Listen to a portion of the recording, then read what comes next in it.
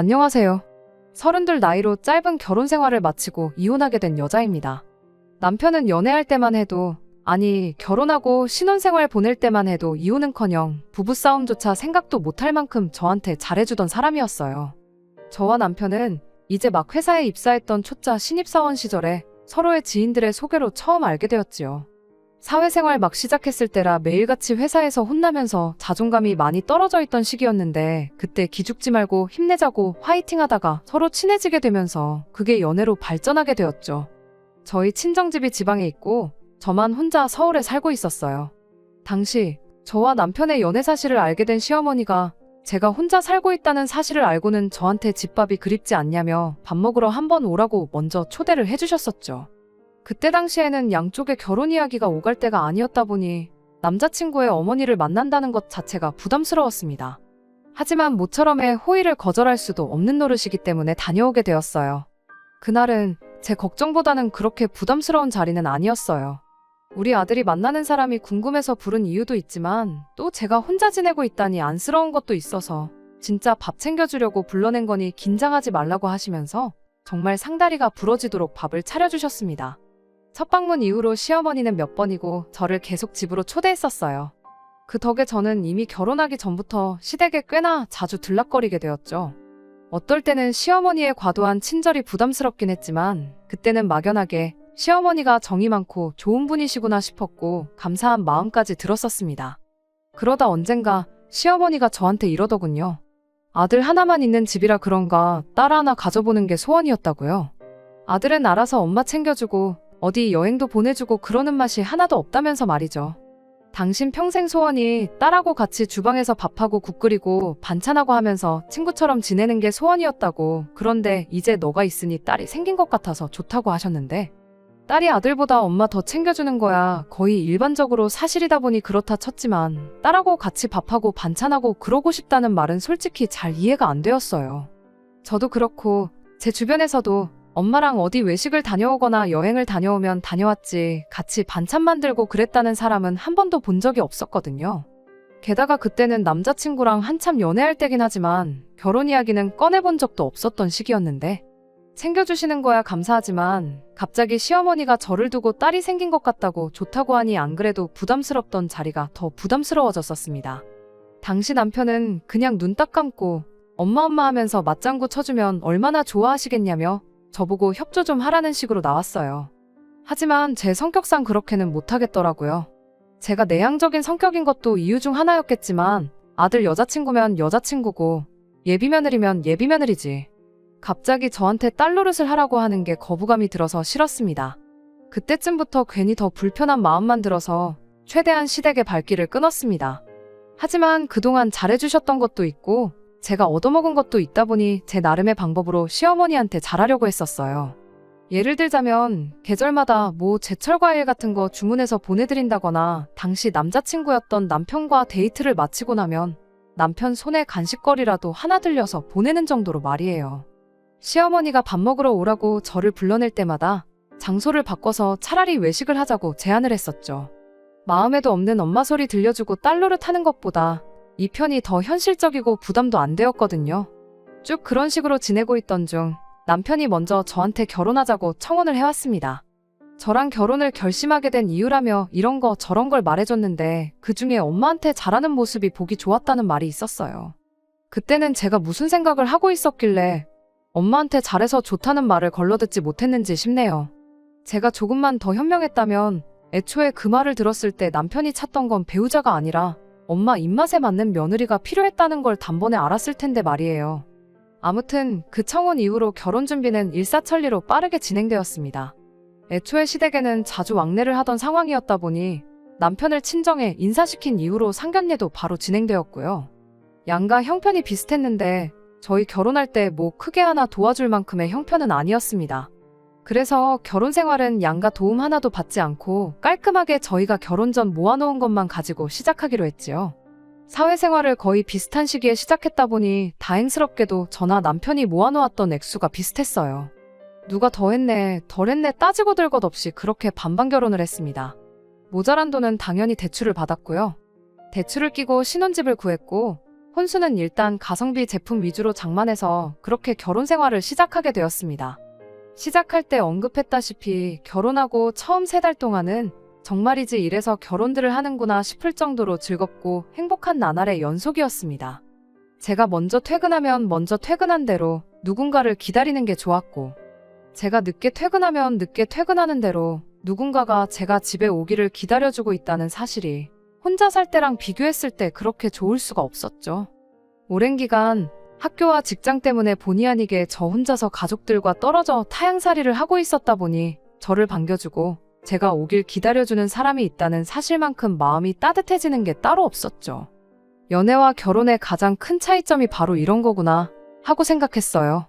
나 혼자가 아니라 내가 아닌 다른 누군가와 함께 가정을 이루고 있다는 그 기분 말이에요.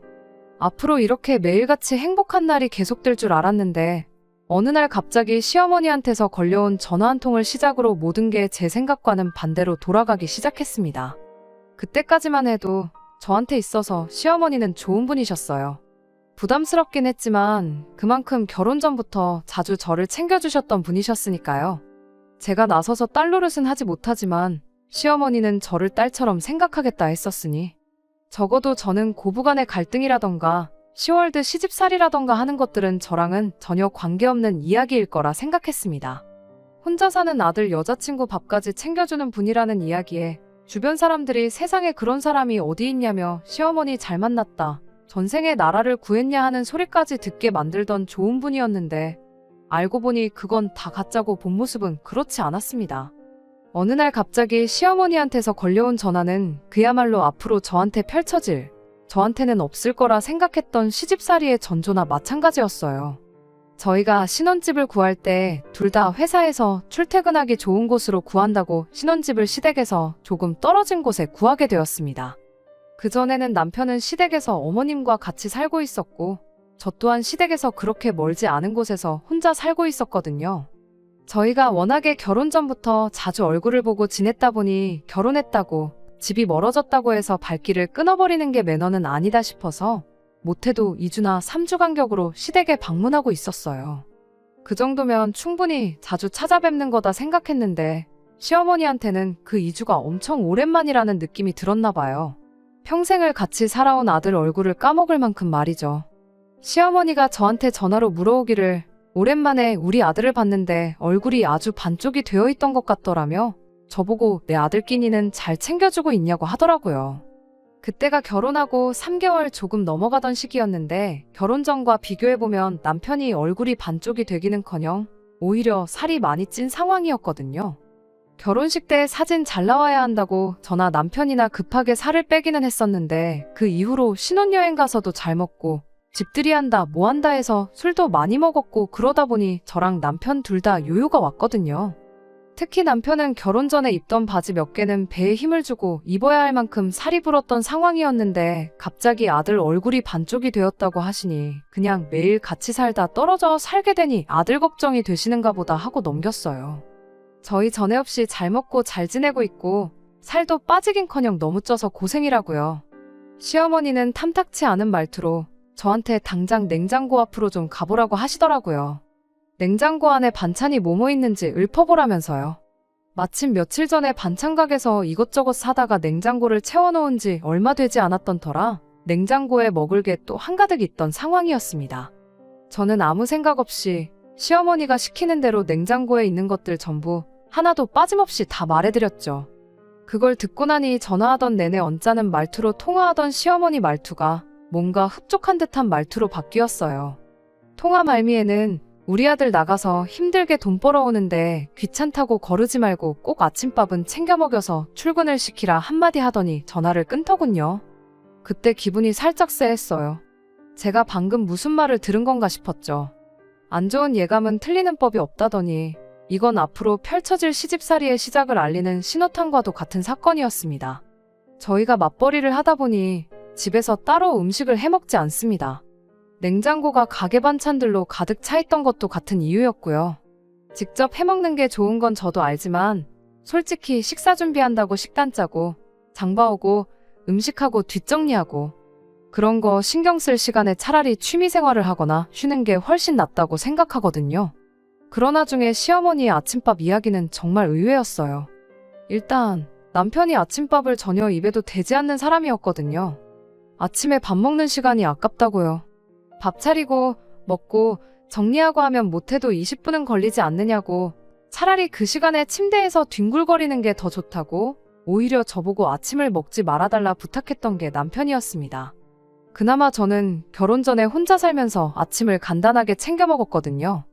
본격적으로 차려 먹는 게 아니라 간단하게 우유에 시리얼을 타 먹는다거나 요거트에 과일 몇 개 해서 허기짐만 때우는 식으로요. 그런데 남편은 제가 그런 식으로 아침 준비를 하면 부시럭거리는 소리가 신경 쓰여서 제대로 잘 수가 없으니 그렇게 대충 때울 거면 차라리 안 먹는 게 낫지 않냐면서 제 아침 식사도 못하게 만든 게 남편이었어요. 그런 남편 아침밥을 꼭 챙겨 먹이라고 그러시니 어머님이 아들 아침밥 안 먹는 걸 모르시나? 그런 생각이 다 들었습니다.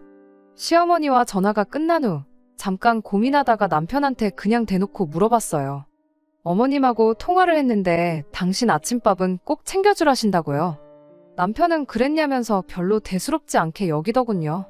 원래 어머니가 아침밥에 엄청 집착하고 그런 게 있다고 설명하더라고요. 옛날 분이라 그러신 거니 그냥 적당히 아침밥 챙겨주고 있는 척하고 넘어가라고 하더라고요. 저는 남편의 그런 대응이 마음에 들지는 않았습니다. 적당히 받아넘기라는 게 결국 시어머니한테 거짓말을 하라는 소리나 마찬가지잖아요. 그냥 자기가 시어머니한테 전화 한 통해서 아침밥 안 먹는 이유도 설명해드리고 그런 건 우리가 알아서 할 테니 굳이 전화까지 하면서 확인하실 필요 없다고 딱 잘라서 말하면 되는 거잖아요. 그리고 며느리 아침밥도 아니고 아들 아침밥 때문에 저러시는데 왜 거짓말은 내가 해야 하는 건지 싶어서 마음에 안 들었어요. 남편은 자기가 아침 안 먹고 출근한다고 말하면 피곤해지는 건 내가 아니라 너라고, 아들인 내가 엄마를 알면 더 잘 알지 않겠냐며 그냥 자기가 시키는 대로 하라고 고집을 부리더라고요. 하지만 결국 그날로부터 며칠도 지나지 않아서 남편의 애매한 대처 덕분에 시어머니와 저 사이의 갈등이 시작되고야 말았습니다. 그날 이후 주말이 돼서 제가 시댁에 전화를 드렸어요. 괜히 전화 안 했다가 또 싫은 소리 들을까 봐서요. 시어머니는 다른 거 묻지도 않고 곧바로 우리 아들 아침밥은 잘 챙겨주고 있느냐고 물어오셨죠. 내키진 않았지만 남편이 시킨 대로 잘 챙겨주고 있다고 대충 대답했어요. 어머님은 저보고 잘하고 있다며 역시 내가 며느리 하나는 잘 골랐다고 자화자찬을 하시더라고요. 전화를 끊으면서 조만간 곧 보자고 하셨는데 저희가 거의 2주 간격으로 한 번씩은 시댁에 가고 있었으니 의뢰 시댁에서 보자는 소리인 줄 알고 알겠다 대답했죠. 다음 주 주말에는 꼼짝없이 시댁에 가야겠구나 싶었는데 시어머니를 보게 된 건 바로 그 주 주말이었습니다. 그것도 시댁이 아니라 저희 집에서 말이죠. 저희 퇴근 시간 맞춰서 시어머니가 찾아오셨어요. 양손에 커다란 장바구니 2개 들고서 말이죠. 올 사람이 없는데 초인종 소리가 울려서 누군가 봤더니 시어머니였죠. 연락도 없이 어쩐 일이냐 물으니 엄마가 아들 집 오는데 뭐 허락까지 받고 와야 하냐며 퉁명스럽게 받아치더라고요. 그러더니 얼마 전 통화할 때 이야기했던 냉장고 안에 있는 반찬 이야기를 꺼내더군요. 너는 결혼 전에 우리 집 들락거리며 밥을 한두 끼 먹어본 것도 아니면서 네 남편 좋아하는 반찬이 뭔지도 아직도 모르는 거냐며 잔소리를 하기 시작했습니다. 곰곰이 생각해보니 그날 제가 불러드린 반찬 목록에 남편이 잘 먹는 반찬이 하나도 없었다면서 말이죠. 그래서 아들 좋아하는 반찬 몇 개 해서 보내주려고 했는데 생각해보니 반찬을 해다 줄 게 아니라 너한테 반찬 하는 법을 가르쳐 놓으면 되는 거 아니겠냐며 겸사겸사 반찬도 해주고 방법도 알려줄 겸 찾아왔다 하시더라고요. 그러면서 장봐온 재료들 하나씩 꺼내더니 저한테 재료 고르는 법부터 이것저것 설명을 하기 시작했습니다. 이걸로는 뭘 어떻게 해서 먹이면 우리 아들이 아주 그릇까지 먹을 기세로 밥을 먹는다니 어쩐다니 하면서 설명을 덧붙이셨어요. 말로 하면 뭘 알겠냐며 자기가 하는 거 보여줄 테니 잘 보고 배우라며 고춧가루며 마늘 다진 거며 이것저것 재료 좀 가져와 봐라 하시는데 말씀드렸다시피 저희 집에서 밥을 전혀 안 해먹거든요.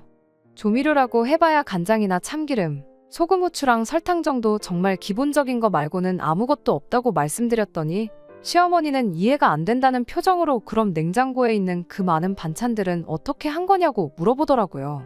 전부 반찬 가게에서 사온 거라고 말씀드렸더니 시어머니가 그럼 결혼하고 여태껏 내 아들한테 영양가도 없는 조미료투성이 반찬을 먹인 거냐며 노발대발 하시더군요.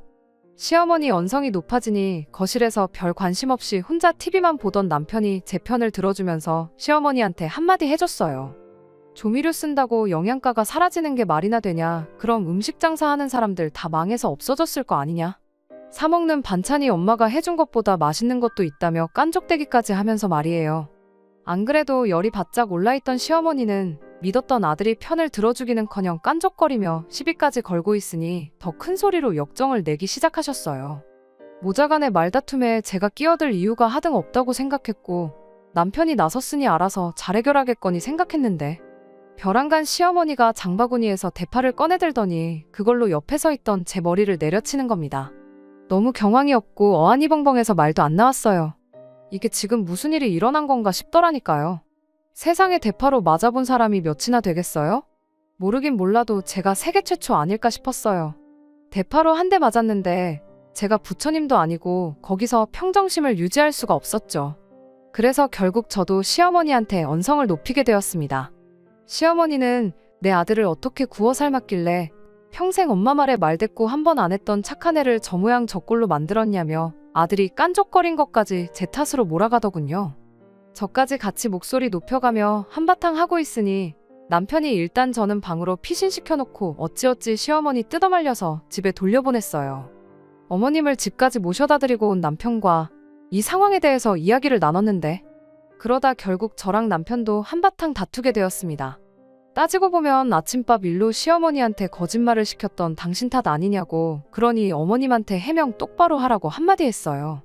그리고 다른 건 몰라도 대파로 한 대 얻어맞은 건 어머님한테 사과받아야겠다고, 그때까진 나는 시어머니 얼굴 못 보겠다고 강하게 나갔죠. 남편은 해명은 자기가 100번이고 할 수 있는데 며느리가 되어서 꼭 시어머니한테 사과까지 받아야겠냐며 그건 그냥 좋게 좋게 넘어가자고 하더라고요. 아침밥에 대해서 거짓말을 시켰던 건 자기가 잘못한 거 인정하지만 솔직히 저녁밥 차리기 귀찮다고 가게 반찬 사다가 저녁 식사 때운 제 잘못도 있지 않냐면서 저보고 그냥 참으라는 거예요. 그 뻔뻔한 소리를 들으니 더 어이가 없었습니다. 내가 뭐 너네 집에 팔려왔냐고, 양가 지원 한 푼도 안 받고 똑같이 반반 결혼했고 맞벌이 하고 있는데 네 아침밥은 둘째 쳐도 네 저녁밥은 그냥 무조건 내가 해야 하는 일이냐고 따졌어요. 남편은 남자인 자기가 주방 일을 어떻게 하냐며 결혼했으면 당연히 식사는 너가 해야 하는 거 아니냐, 반찬 사 먹는 거 이해해준 나한테 고마워해야 하는 상황인 거 모르냐며 그동안 제가 아내로서 직무유기를 했고 자기는 그걸 이해해준 너그러운 남편이라는 식으로 말을 하는 겁니다. 나라고 뭐 결혼한다고 주방일 배우고 왔겠냐고, 똑같이 일하고 똑같이 돈 버는데 너는 남편이니까 하면 안 되는 일이고 나는 아내니까 해야 한다는 게 어디서 나온 생각이냐고 따지면서 티격태격하게 되었어요. 내가 집안일이고 밥 준비고 다 도맡아서 해줄 수 있으니 내가 벌어오는 만큼 더 벌어오라고 한마디 했죠. 그러면 집에서 전업주부 하면서 하루 세 끼가 아니라 네 끼도 챙겨주겠다고요. 남편도 더 할 말이 없었는지 기분 나쁘다는 티 팍팍 내면서 차키 들고 밖으로 뛰쳐나가더군요. 저도 너무 열받아서 뛰쳐나간 남편 안 붙잡고 혼자 잠을 청했어요. 자려고 누우니 머릿속이 복잡해 잠도 잘 안 오고 괜히 기분만 계속 나쁘더군요. 특히나 이 싸움의 발단이 남편과 제 문제가 아니라 시어머니 때문에 생긴 일이라고 생각하니 더욱더 열받았어요. 남편의 적반하장식 태도에 화가 났던 건 사실이지만 그때는 나는 남편과는 아무 문제가 없고 이게 다 시어머니 때문이다 하면서 어떻게든 남편을 용서하려고 애를 썼었죠. 남편이 잘못한 거 인정하고 사과만 한다면 저도 그냥 아무 일도 없었던 일인 척 그냥 넘어가줘야겠다, 그런 생각도 했어요. 시어머니한테 사과를 받아야겠다 했던 것도 그냥 남편이 먼저 사과만 해준다면 그냥 넘어갈 생각이었죠. 하지만 차키 들고 집을 뛰쳐나간 남편은 화해할 생각이 전혀 없어 보였어요. 다음날 출근을 해야 하는데도 불구하고 일요일 저녁에도 집에 들어오지 않았거든요. 집에 안 들어오면 제가 걱정돼서 전화로 사과라도 할 줄 알았나 봐요. 사실 첫날에 먼저 연락해야 하나 그런 마음이 들기는 했었지만 그날 저녁까지 안 들어오니 저도 오기가 생겨서 일부러 안 했거든요. 첫 부부 싸움에 2박 3일 집을 나가 있는 사람하고 앞으로 결혼 생활을 잘 이어나갈 수나 있을까, 그런 의구심이 들기 시작했는데 남편이 바로 다음날 그 의구심을 아주 확신으로 만들어줬네요. 퇴근하고 집에 돌아왔는데 집이 난장판이 되어 있었어요. 저는 제가 출근한 사이에 집에 도둑이라도 들었나 싶어서 멘붕이었죠. 남편 일로 짜증이 많이 나 있었는데 그것 때문에 문단속이라도 소홀하게 했나. 순간 정말 오만 가지 생각이 다 들더라고요. 그런데 안방 맞은편에 있는 작은 방에서 남편이 시어머니하고 같이 나오더군요. 방문 앞에서 거실까지 널브러져 있는 것들을 살펴보니 귀중품은 하나도 없었고 죄다 옷가지들이었어요. 이게 다 무슨 상황이냐고 물으려고 하는데 방문 너머로 보니 방에 이부자리 하나 깔아져 있고 거기에 커다란 짐 가방 2개도 같이 보이더군요. 그러면서 통보하듯 저한테 말을 하기를 시어머니가 오늘부터 당분간 우리 집에 같이 지내기로 했으니 그렇게 알라고 말을 하더라고요. 뜬금없는 합가 통보에 어이가 없어서 아무 말도 못하고 있는데 시어머니가 대뜸 나서서 한마디 더 보태더라고요. 너는 지아비가 집을 나갔는데 걱정도 안 되더냐며 이참에 한 집에 같이 살면서 처음부터 끝까지 저를 뜯어 고쳐주겠다면서요. 한동안 우리 집에 머물면서 직접 반찬하는 법도 가르쳐주고 아들 아침밥 챙겨주는지도 감시하고 뭐 그러겠다는 거죠. 시어머니가 그렇게 말을 하는데 어머님 뒤에 서 있던 남편 표정이 아무리 봐도 뭐 하나 미안해하는 기색이 없어 보였어요. 오히려 꼴 좋다는 표정으로 실실 웃고 있더라고요. 그때 알았죠. 일단 집은 나갔는데 이틀이나 되도록 제가 숙이고 들어오지 않으니까 저한테 제일 불편할 사람인 시어머니를 남편이 직접 모시고 왔다는 걸요. 겸사겸사 시어머니도 아들 밥 걱정에 반찬 걱정 때문에 고민이 많았을 텐데 한 집에 같이 살면서 둘이 편먹고 저를 떡 주무르듯 자기들 입맛대로 부려먹겠다는 속셈이 뻔히 보였습니다. 두 사람이 간과한 게 있다면 저는 이미 시어머니의 말도 안 되는 억지와 첫 부부싸움에 집까지 나가서 2박 3일 안 들어오는 남편 모습을 보고 이 결혼 생활의 확신을 잃어가고 있었던 상황이었다는 거죠. 그런데 이렇게 스스로 종지부를 찍어주니 더는 아쉬울 게 없고 오히려 고맙더라고요. 그래서 시어머니한테 한마디 해줬어요. 뭘 사이도 안 좋은 며느리한테 굳이 이것저것 가르쳐 주시냐고요. 그냥 이혼해드릴 테니 한 집에 같이 살면서 귀한 아드님 아침밥 챙겨주고 조미료 하나 안 들어간 영양만점 집반찬 해주시면서 평생 품에 끼고 살라고 한마디 해줬죠. 대신 친정이 지방에 있다 보니 당분간은 내가 지낼 곳이 없다고. 그러니까 시어머니가 여기서 지낼 게 아니고 남편이 시어머니 집 가서 있어달라고 부탁했어요. 상황이 허락만 한다면 이 집을 팔아서 재산 분할은 가져온 만큼 해주겠다고요. 정 안 되면 대출을 받든 친정부모님한테 빌려와서라도 해줄 테니 싸가지고 온 짐 그대로 들고 시댁으로 돌아가달라고 정중히 부탁했습니다. 예상도 못한 이혼 통보에 두 사람이 적잖이 당황한 듯 보이더라고요. 방금까지 시어머니한테 혼나고 있던 제 모습을 보면서 실실거리던 남편은 얼굴이 사색이 돼서 사시나무 떨듯 벌벌 떨더라고요. 그러더니 제 마음 돌려보겠다고 살살 거짓말까지 하는데 정말 이혼하자고 하길 잘했다 싶더라고요. 평생을 내 배우자로 함께 살 뻔한 사람과 둘도 없이 좋은 사람이라고 생각했던 시어머니의 진짜 본 모습을 알게 되었으니까 말이죠. 저한테 한다는 소리가 시어머니 고집을 꺾을 수가 없어서 일단 모셔왔던 거라고 하면서 이 합가 계획에 자기는 아무런 관련이 없고 오히려 저를 위해 시어머니 달래서 집에 하루라도 빨리 보낼 계획이었다고 하더라고요. 한순간에 같은 편인 줄 알았던 아들한테 손절당해서 무개념 시자가 돼버린 시어머니 얼굴 표정이 아주 볼만했어요. 이대로 가다간 자기만 나쁜 사람 되고 재수 없으면 아들까지 반품받게 생겼으니 사면초가로구나 싶었나 봐요. 이참에 합가각도 한번 보고 며느리 시켜서 귀한 아드님 끼니마다 손수 만든 집밥 챙겨주게 만들려고 큰맘 먹고 짐까지 챙겨서 아들 신혼집에 쳐들어왔는데 막상 귀한 아드님 끼니 챙겨주는 게 며느리가 아니라 자기가 될 것 같으니 그건 싫었나 봐요. 그런데 이미 남편이 이게 다 엄마가 고집 부려서 이렇게 된 거라고 선수를 쳐버렸으니 마땅히 이 상황을 넘길 방법이 떠오르지 않았나 보더라고요. 그냥 대뜸 저한테 미안하다고 사과부터 하더라고요. 그러더니 방에서 짐 가방 싸들고 온 거 다시 가지고 나와서 집에 돌아갈 테니 택시를 불러달라는 겁니다. 앞으로 너네 결혼 생활에 아무런 관여도 안 할 테니 그냥 둘이서 재미있게 살라고. 둘이 알콩달콩 잘 사는 거보다 중요한 게 뭐가 있겠냐면서 횡설수설 하더라고요. 아들이 2박 3일 외박한 것 때문에 둘이서 크게 싸울까봐 큰 싸움으로 번지면 그거 말려줄 요량으로 따라온 거라고 말까지 더듬거리면서 설명을 하는데 싸움 말려주시러 오신 분이 짐은 왜 싸들고 오셨냐 하니 또 아무 말도 못하더군요. 앞서 합가 통보만 안 했어도 믿어줬을 텐데 이미 계획이랍시고 전부 다 떠벌려놓고 이제 와서 아니라고 하면 그걸 누가 믿겠냐고. 애써 연기할 필요 없고 더 더러운 꼴 보기 싫으니 원만하게 협의 이혼하는 걸로 하자고 말했어요. 저는 마음 돌릴 생각은 전혀 없다고요. 집 안 비워줄 거면 어디 급하게 단칸방이라도 구해서 들어가 있을 테니 행여나 다른 기대는 하지 말라고 했어요. 일단 제 기분 풀어주려면 자리를 피해야 한다고 생각했는지 두 사람은 더 큰 반항은 하지 않고 제가 말한 대로 집을 비워줬고요. 그 이후로 번갈아 가면서 두 사람이 저한테 몇 번이고 전화로 집까지 찾아와서 미안하다고 사과했지만 두 번의 기회는 주지 않는 걸로 결론을 내렸습니다. 저를 딸같이 여긴다던 사람이 왜 저렇게 되었나 혼자 곰곰이 생각을 해봤는데 그건 그냥 저 부려먹기 편하려고 했던 소리라는 걸 그제서야 알게 되었네요.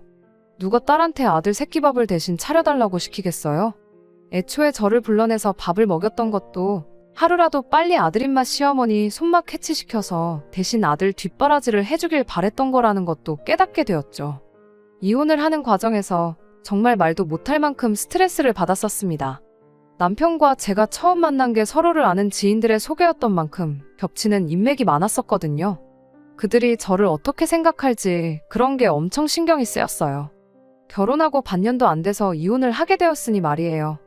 그런데 사람들은 생각보다 제 이혼에 대해서 손톱만큼도 관심이 없네요. 관심을 갖는 사람이 아예 없는 건 아니었는데 이 이야기를 해주면 저보고 100번 잘했다고 해주는 걸 보니 정말 제가 괜한 걱정을 사서 했던 것 같네요. 남편은 결국 다시 시어머니 집으로 들어가서 살게 되었어요. 재산 분할 절반 해주고 그냥 집은 제 명의로 유지를 할 생각이었는데 짧은 기간이나마 같이 살아서 그랬나 남편의 흔적이 남아있는 것 같아서 기분 나빠서 집은 정리해버렸고요. 제가 조금만 더 현명했다면 하는 후회가 들 때도 있지만 적어도 단번에 언행일치 안 되는 되도 않는 집구석이란 거 깨닫고 빨리 이혼 결정을 내린 걸 천만다행이라고 생각하려고요. 제가 혹시나 만약에 앞으로 다시 결혼을 하게 된다면 적어도 저를 딸같이 여긴다는 말은 걸러들어야겠습니다. 끝까지 들어주셔서 감사합니다. 오늘의 사연은 여기까지입니다. 구독과 좋아요, 알람 설정 부탁드리고 더 좋은 사연으로 다시 찾아뵙겠습니다. 감사합니다.